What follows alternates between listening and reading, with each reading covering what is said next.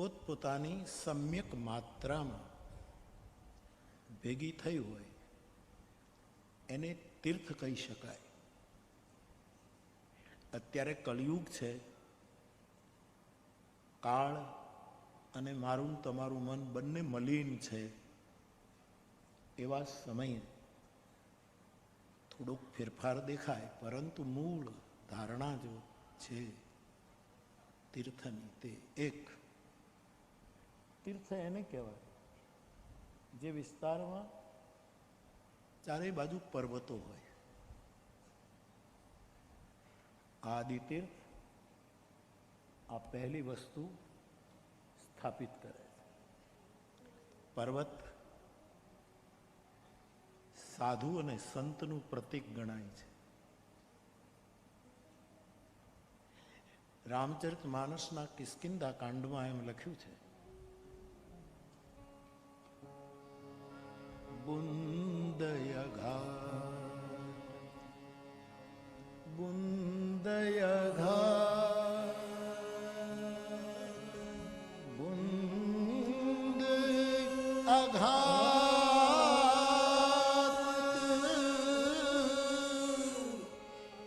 સહગિરી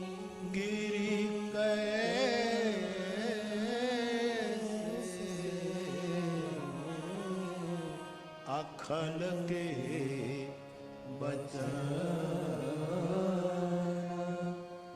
સંત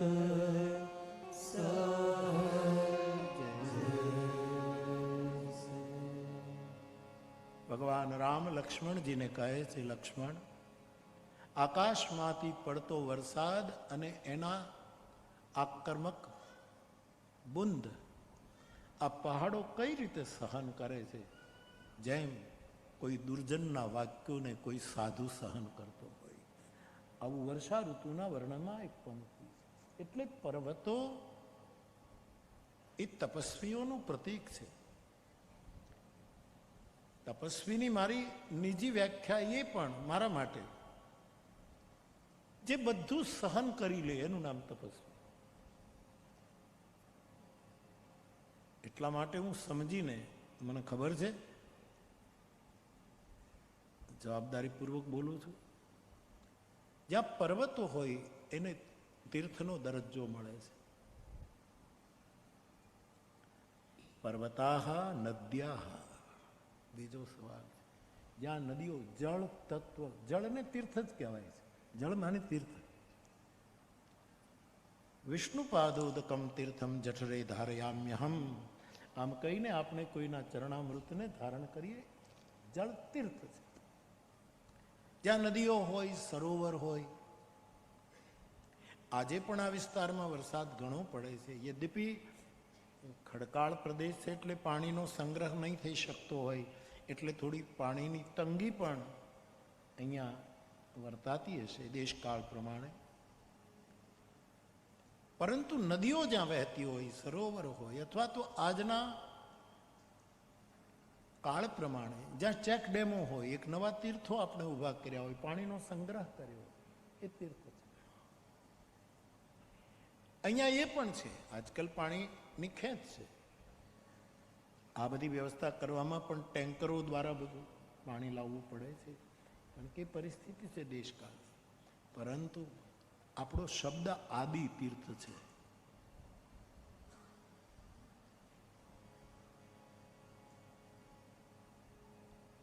એટલા માટે જ્યાં જળ હોય, નદ્યા, જ્યાં નદીઓ વહેતી હોય, એને તીર્થ કહેવાય. ત્રીજું, જે પ્રદેશમાં કોઈ ને કોઈ એક સાધુ પુરુષ, એક સંત પુરુષ, એક ભજનાનંદી, કોઈ તત્વજ્ઞાની, કોઈ જ્ઞાની, એવા કોઈ મહાપુરુષનું નિવાસ હોય, એને તીર્થ કહેવાય. એવા પુરુષો જ પોતાના પગલા દ્વારા તીર્થને રિચાર્જ કર્યા કરે છે. વિવેકાનંદજીને અમેરિકામાં રામકૃષ્ણ મિશનની મેં સ્થાપના કરી.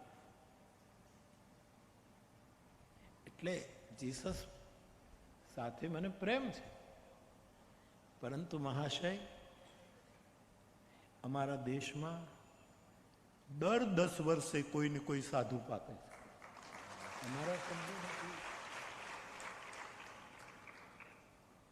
100 વર્ષે કીધું હોત તોય હું રાજી થાત કે 100 વર્ષે કોઈ એક બુદ્ધ પુરુષ પ્રગટ. પણ વિવેકાનંદ કહે છે હારે દશકે 10 વર્ષે ક્યાંક ને આપણે ઓળખી શકતા નથી, ક્યાંક ફૂલ ખીલે છે, કોઈ જગ્યાએ પુષ્પ. એની ફોર્મ આપણા સુધી આવતા આવતા વાર લાગે છે. ક્યારેક ક્યારેક તો એ નિર્વાણ પામે પછી ફોર્મ આવતી હોય છે, એવું પણ બની શકે. મેં ગઈકાલે સાધુ ચરિત લોકોની વાત કરી આપની પાસે. એટલે કે તિલક કર્યું હોય, માળા હોય, એ બહુ જ જરૂરી છે. પણ જે નથી રાખતા એ સાધુ ચરિત નથી એવું માનવાને કોઈ કારણ નથી. હું ફરી વખત આ ગેલુભાઈ ને શું નામ, એ ચડ્ડી જ પહેરીને ફરતા હતા. અમારા માનદાદા ભાવનગરના શિશુ વિહાર આખી જિંદગી ચડ્ડી પહેરી, પણ સાધુ ચરિત.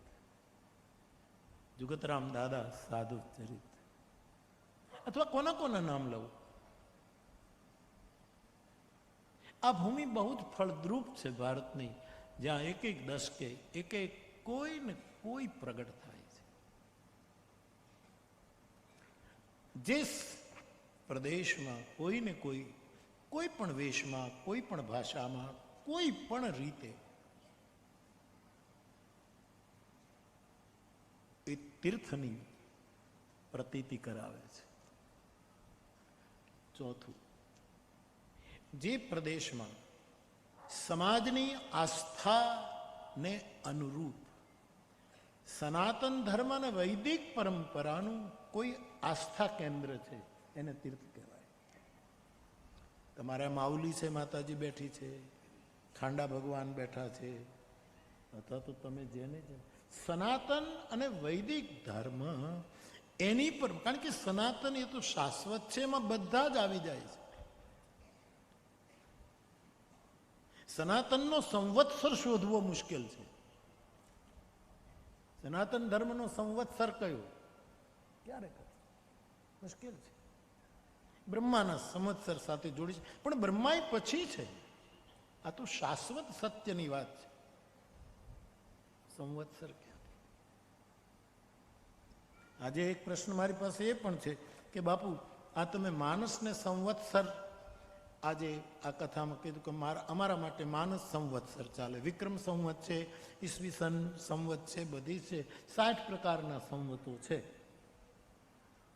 20 બ્રહ્માને નામે, 20 શંકરને નામે, 20 વિષ્ણુને નામે, આવા કેટલા કેટલા સંવત્સરો છે આખી દુનિયામાં.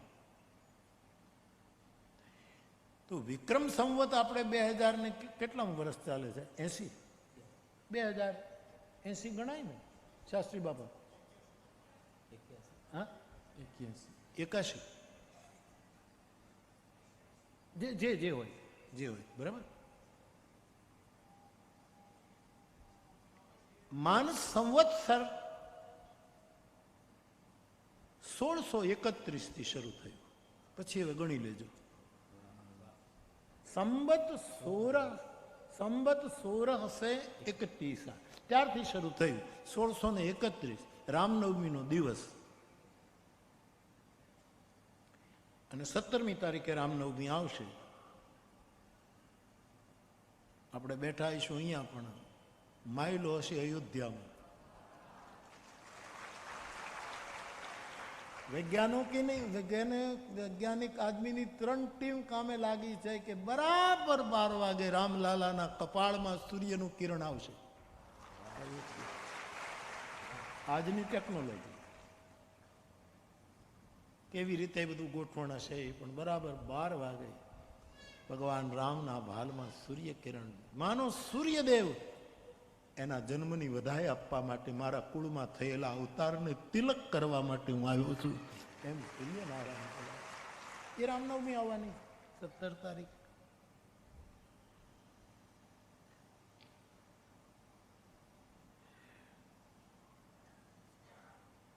તો સનાતન ધર્મ, જેમ મેં ગઈકાલે કહ્યું કે અહીંયા અને બધા સમન્વય કરી રહ્યા છે. રાકેશ બાપા, હું વચ્ચે ગયો ત્યારે મને કહે, હું હવે નારદ ભક્તિ સૂત્ર ઉપર બોલું છું બાપુ, હું આના ઉપર બોલું છું, હું ફલા ઉપર બોલું છું, હમણાં બોલું છું. તે મેં વિનોદમાં કીધું, અમારા માટે કંઈક બાકી રાખજો. મેં કહ્યું તું કેટલું સમન્વય કરે છે, બધાનો સ્વીકાર થઈ રહ્યો છે પોતપોતાની આસ્થા પ્રમાણે. અહીંયા હું આવું છું, હનુમાનજીનું સરસ મંદિર છે, મારુતિ ધામ. આ રસ્તા ઉપર હું આવું છું. એને તીર્થ કહેવાય. 4 થયા. 5મું, જ્યાં રોજ યજ્ઞ થતો હોય એને તીર્થ કહેવાય.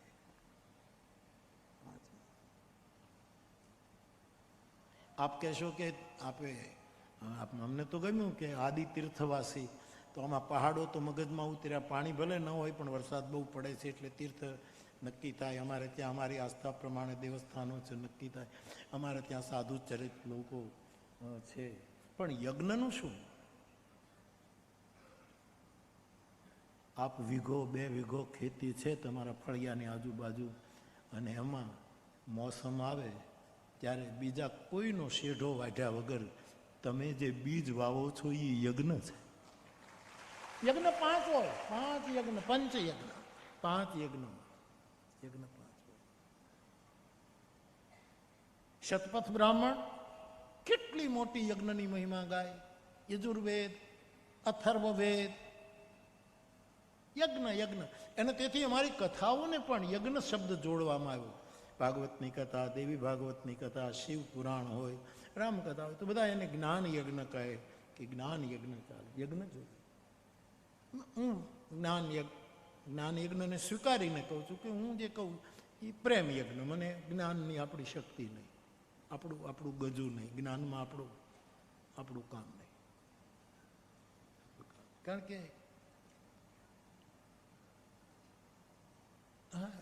પ્રેમ યજ્ઞ, મારે તો આ પ્રેમ. અને યજ્ઞ,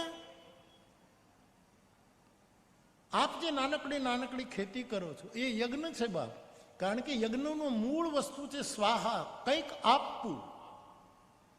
મળશે શું એનો વિચાર કર્યા વગર, આ આપ્યાનો બદલો શું આવશે એનું કહું. ખેતરમાં બીજ બોવું એ કિસાન યજ્ઞ છે, કૃષિ યજ્ઞ છે.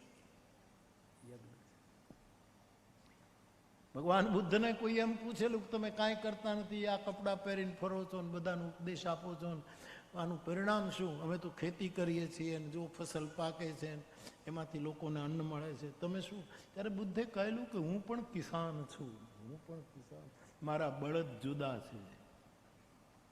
એમ કહીને એણે પોતાનું કિસાનપણું પીપાવાવની કથામાં મેં પણ કહ્યું કે અમારી વ્યાસપીઠ પણ કિસાન કર્મ કરે છે. પીપાવાવની કથા.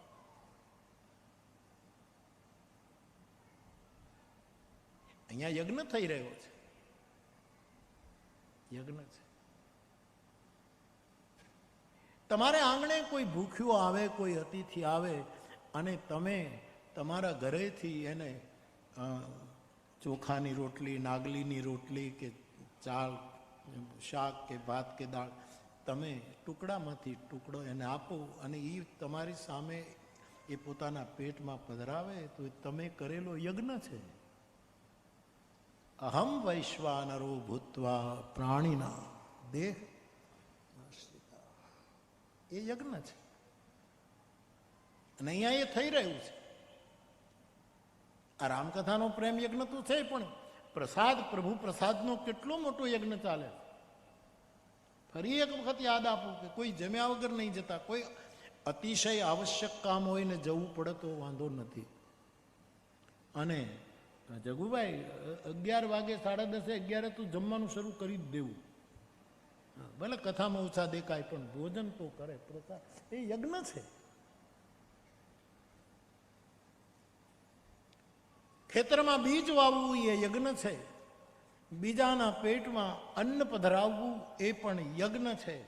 અને ત્રીજું, કોઈના કાનમાં નજીક જઈને વાલથી પૂર્વગ્રહ મુક્ત ચિત્તે એક સારો વિચાર એના કાનમાં નાખવો એ યજ્ઞ છે. તમે બે ચાર બહેનોને બોલાવી, આપણે આદિ તીર્થવાસી બહેનોને બોલાવીને, હા કથામાં આવું આવ્યું હતું, પહેલી વખતે કોઈ મહાપુરુષ બોલતા હતા એને આવું કીધું. આવા સારા વિચારો તમે કોઈના કાનરૂપી યજ્ઞકુંડમાં વિચારોની આહુતિ આપો.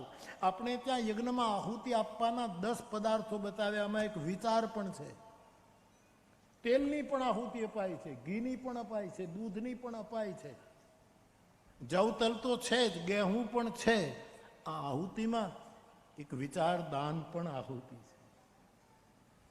તમે વિચાર આપો, કોઈના કાનમાં સારી વાત તમે રજૂ કરો, એ પણ યજ્ઞ છે.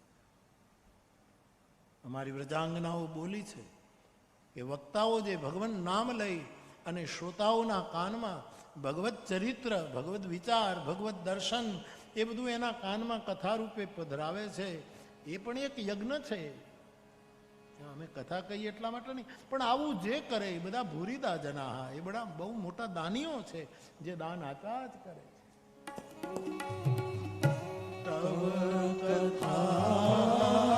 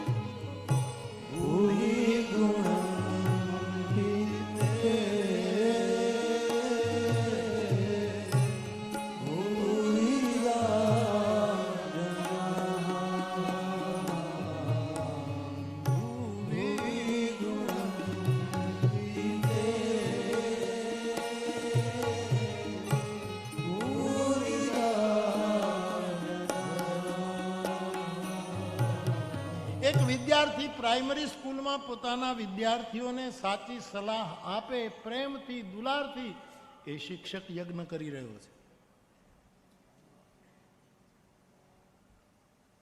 ભગવત કથા એક યજ્ઞ છે, તો એ પણ એક યજ્ઞ છે. પાંચમું, સાંજ પડે આપણે આપણા ઘરે આવીએ, ઝોપડામાં આવીએ, આપણા ફળીએ આવીએ, હાથ પગ મોઢું ધોઈ, અગરબત્તી હોય તો ઠીક છે, ન હોય તો તમે જેને માનતા હો એના 5 નામ લેવા, એ પણ એક યજ્ઞ છે. યજ્ઞાનામ જપ યજ્ઞોસ્મી, પ્રભુના નામ લેવા એ પણ યજ્ઞ છે. એટલે જ્યાં યજ્ઞ ચાલુ હોય, જ્યાં યજ્ઞ કર્મો થતા હોય, એ તીર્થનો દરજ્જો પામે છે. જ્યાં જળ તીર્થ રૂપે છે, જ્યાં પર્વતો છે, જ્યાં વનસ્પતિ વનરાય છે, જંગલ છે, જ્યાં મધ પાકે છે, જે જંગલમાં મધ પાકે એને આશ્રમ અને તીર્થનો દરજ્જો આપ્યો. જ્યાં મધ, આ મધુમાસનો અર્થ જ થાય છે ચૈત્ર માસ. મધુમાસ એટલે અત્યારે મધ બહુ થાય. પાનખર, જે પાન સુકાઈ ગયા હતા, એ ચૈત્ર શરૂ થાય એટલે નવી કોંપળો ફૂટે. આ મધુમાસ. અને વેદોમાં મધનો કેટલો બધો, આપણે તો પંચામૃતમાં તો મધ, કેટલું મધ.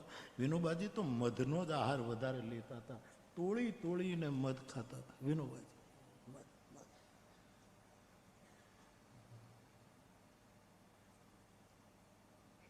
નવમી ભૌમ વાર મધુમાસા, એમ કરીને એને પોતાનું ચિંતન રજૂ કર્યું. બહુ સરસ. મધ મધ મધ. અહીંયા ભમરાઓ પણ મધુકર સરિસ સંત ગુણગ્રાહી, સાધુ સંતો પણ આ મહિનામાં મધ સંગ્રહ કરે અને પછી બધાને વહેંચે. મધનો મહિમા. મધનો એમણે લખ્યું, એનું બહુવચન થાય મધુની. મધનો બહુવચન મધુની. મધુનીનો પછી અપભ્રંશ થયો યભુની. યભુનીનો પછી યુરોપની ભાષામાં થતા થતા અંગ્રેજીમાં હની થઈ ગયું, એવું પ્રોફેસર લખે છે. મૂળ મધ છે, પછી હની હની હની, આખું ભાષાનું એને બહુ સરસ માહિતી આપે છે. આ જેટલા જેટલા અન્ય ભાષાઓમાં શબ્દો છે ને, એનું ઘરાનું તો હિન્દુસ્તાનનું સંસ્કૃત છે સાહેબ. એનું મૂળ સ્થાન સંસ્કૃત છે. ત્યાંથી જ આ બધા જુદા જુદા અર્થો નીકળ્યા છે સાહેબ. એને અન્ય ધર્મના જે વપરાતા શબ્દો મુખ્ય હરેક ધર્મના, એનું પણ મૂળ શોધ્યું છે તો સંસ્કૃત કાઢ્યું છે. હું સલામ કરું એ પ્રોફેસરને, એને તો એમ જ પેપર મોકલ્યું. એને ખબર નહોતી કે આપણે આ પ્રસંગ લીધો છે. એ તો એમ જ મધુમાસને લીધે એને મોકલી આપ્યું.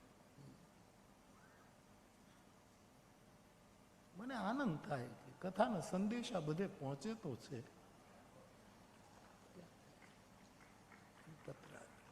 આ મધુમાસ છે.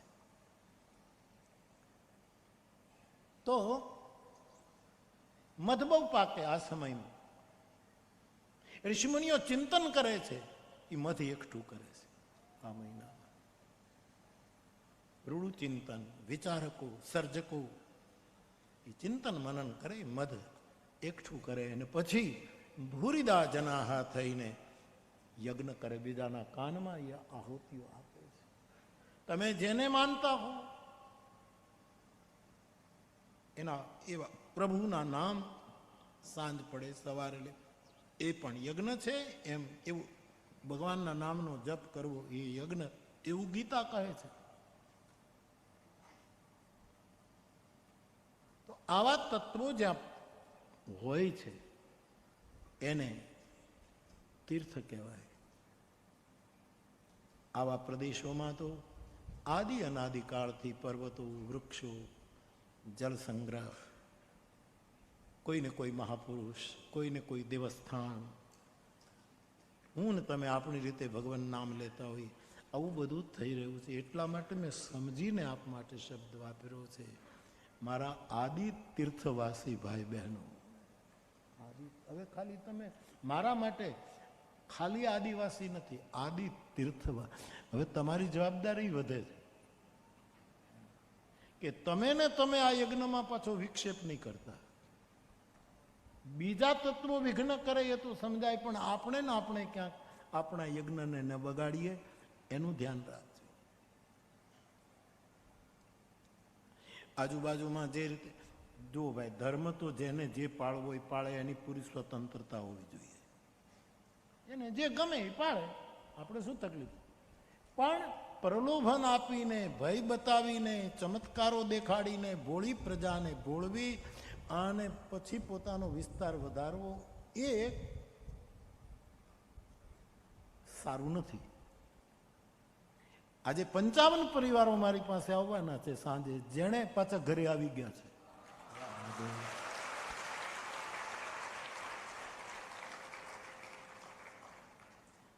મેં તો મંચ પર કીધું હતું, વળી મન ક્યાંક આચાર સંહિતા, વળી કોકને એમ લાગે કે આ બધું શું છે. આચાર સંહિતા તો આ મોસમ આવે ત્યારે, અમારે તો જિંદગીભર જન્મ જન્મની આચાર સંહિતા જ હોય છે. અમારે અહીંયા લખ્યું છે આચારહીનમ ન પુનંતિ વેદા. જેને આચાર ન હોય એને વેદો પવિત્ર કરી શકતા. મેં કીધું કઈ વાંધો નહીં, કોઈ તકલીફ થતી હોય ને આપણે ત્યાં આવે બધા. હમણાં અમુક આપણા રાજ્યના આગેવાનો, મંત્રીશ્રી અને બધા મને બહાર મળ્યા કે બાપુ અમે ત્યાં નહીં આવી એમ કે, પણ અમારે મળવું હતું એટલે આવી શકાય. કોઈ અમે કોઈ બીજું કોઈ સ્પીચ નથી આપવાની, આવી શકાય, બધા આવી શકે. અહીં કંઈ બીજી કાંઈ અમે કાંઈ બીજું કાંઈ નહીં થાય. આચાર શીખાશે, કાયમ માટેનો આચાર અહીંથી શીખાય. તો મારો કહેવાનો અર્થ એ છે બાપ કે આવા યજ્ઞો, આ તમે રોટલા ઘડો, ચૂલામાં ઈંધણ નાખીને રોટલા ઘડો આખા પરિવારને જમાડવા માટે, કોઈ અતિથિ, તો એ યજ્ઞ નથી તો બીજું શું છે? એ પણ એક યજ્ઞ છે. આવું જ્યાં જ્યાં થાય એ આદિ તીર્થ છે. એટલે મારી દ્રષ્ટિએ તમે સૌ મારા આદિ તીર્થવાસી ભાઈ બહેનો છો. આપના જે વાત હતી એક યુવકની, એ મેં આપની પાસે મૂકી. રામચરિત માનસમાં સંવત શબ્દ 9 વખત અને એક સંવતું છેલ્લો 10 વખત સંવત શબ્દનો પ્રયોગ ગોસ્વામીજીએ કર્યો છે.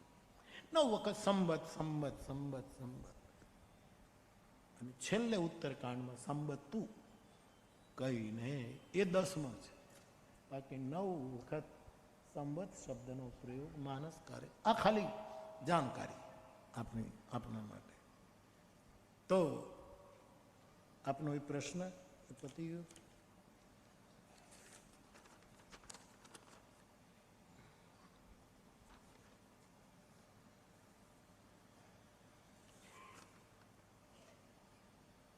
સંવત્સર કોને કહેવાય એનું આખું કોઈ માહિતી મને મોકલી છે. વર્ષ, સાલ, વર્ષ, સંવત્સર, સંવત શબ્દ સંવત્સર શબ્દનું સંક્ષિપ્ત રૂપ છે અને તેનો અર્થ વર્ષ થાય છે. તેનું અતિ સંક્ષિપ્ત રૂપ ખાલી સમ પણ છે. પણ કોઈ વાર સમ વ પણ બોલાય અને સ પણ સાહિત્યમાં મળી આવે. સંવત એટલે માત્ર વિક્રમ સંવત જ માની લેવાનું નથી, તે તો ભારતીય દરેક પ્રકારના સંવત્સરો સૂચવે છે. ખાલી માહિતી મારી પાસે આવે તો વહેંચી દો. ભારતીય સંવત 34, સપ્તર્ષિ સંવત, કલયુગ સંવત, વીર નિર્વાણ સંવત, બુદ્ધિ નિર્વાણ સંવત, મૌર્ય સંવત, સેલ્યુકિડી સંવત, વિક્રમ સંવત, શક સંવત, તલમુરી સંવત, ગુપ્ત સંવત, ગાંગેય સંવત, હર્ષ સંવત, ભાટિક સંવત, કોલ્લમ સંવત, નેવાર સંવત, ચાણુક્ય વિક્રમ સંવત, સિંહ સંવત, લક્ષ્મણ સેન સંવત, પડવેપ્યુ સંવત એ સાઉથ ઇન છે, રાજ્યાભિષેક સંવત, બારહસ્પત્ય સંવત, ગૃહ પરિવૃત સંવત્સર, સૌર વર્ષ, ચાંદ્ર વર્ષ, હિજરી સન, શાહુર, ફસલી સન, વિલાયતી સન, અમલી સન, બંગાળી સંવત્સર, મગી સંવત્સર, ઇલાહી સન, ઈસવી સન. ભારત વર્ષમાં ભિન્ન ભિન્ન પ્રદેશોમાં સમયે ઉપર મુજબ ભિન્ન ભિન્ન સંવત્સરો ચાલતા છે. વર્ષોની ગણનાનો અનુક્રમ વર્ષગણ 6 આટલા બધા, આ તો આટલા છે, હજી 60 બીજા છે. આટલા સંવત્સર આપણે અત્યારે સંબંધ છે આ કથા પૂરતી માનસ સંવત્સર. માનસ 431 સાલથી શરૂ થયો છે. હવે પછી તમે એનો મને કાલે ગણીને આપજો ને હરીશભાઈ કે આજે કેટલા એને વર્ષ થયા, કે હું ગોથું ખાઈ જઈશ ગણિતમાં, મને ખબર નહીં પડે ને આપણો સમય જશે. એટલે 1631ની રામનવમીથી આરંભ નવમીએ આપણા માનસ સંવત્સરને કેટલા વર્ષ થયા એ આપણે ગણીશું. તો બાપ આપનું એક મિનિટ બીજું શું છે કહી દો. આ પણ એક લિસ્ટ આવ્યું છે, સંવત કેટલી બાર છે એ સ્વાધ્યાય કરીને કોઈ આપ્યું છે.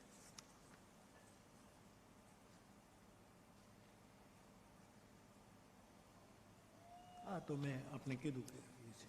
તો આવી થોડીક વાતો જે મારી પાસે આવી તે આપની સામે મેં રજૂ કરી.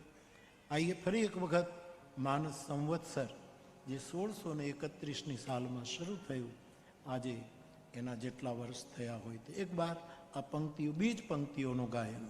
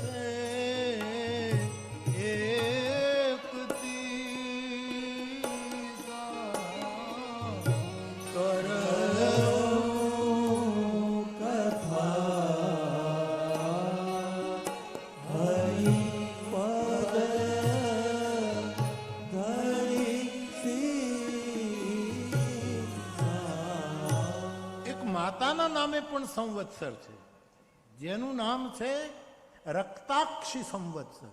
રક્તાક્ષી, જે અંબાની આંખો લાલ છે. લાલ રંગ પ્રેમનું પણ પ્રતીક છે. અને દુરિત તત્વોનું નિર્માણ કરીને નવું નિર્માણ કરવા માટે, જેની આંખ દુરિત તત્વો માટે થોડીક ઉદ્ભવ સ્થિતિ સંહારકારીણી બને છે, એ રક્તાક્ષી સંવત્સર પણ આપણે ત્યાં દેવીઓ માટે આવ્યું. અને અત્યારે મા ભગવતીના નોરતા છે, માઉલી માના નોરતા છે. અમારે રામચરિત માનસમાં ભવાની માટે 9 નામ લખ્યા છે. એ 9 દુર્ગાના 9 નોરતા.